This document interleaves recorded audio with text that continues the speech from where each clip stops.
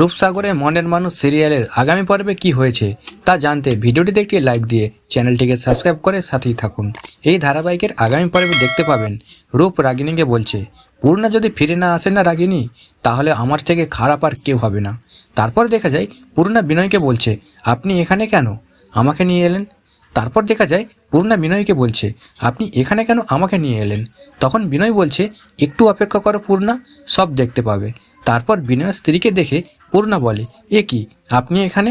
তখন বিনয়ের স্ত্রী পূর্ণাকে বলে, আজ বিনয় আর আমার আলাদা হবার প্রথম ধাপ। তারপর দেখা যায় জজ সাহেব বিনয়কে আর বিনয়ের স্ত্রীকে বলছে, আপনারা কেন আলাদা হবেন। তখন বিনয় বলে, আমাদের মধ্যে কোনো টান অনুভব হচ্ছে না, তাই আমরা আলাদা হতে চাই। তখন জজ সাহেব বলে, আপনারা 6 মাস সময় নিয়ে দেখতে পারেন। তখন এই বলে বিনয় আর বিনয়ের স্ত্রী কোর্ট পেপারে সাইন করে দেয়।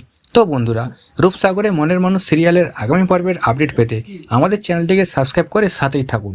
ধন্যবাদ।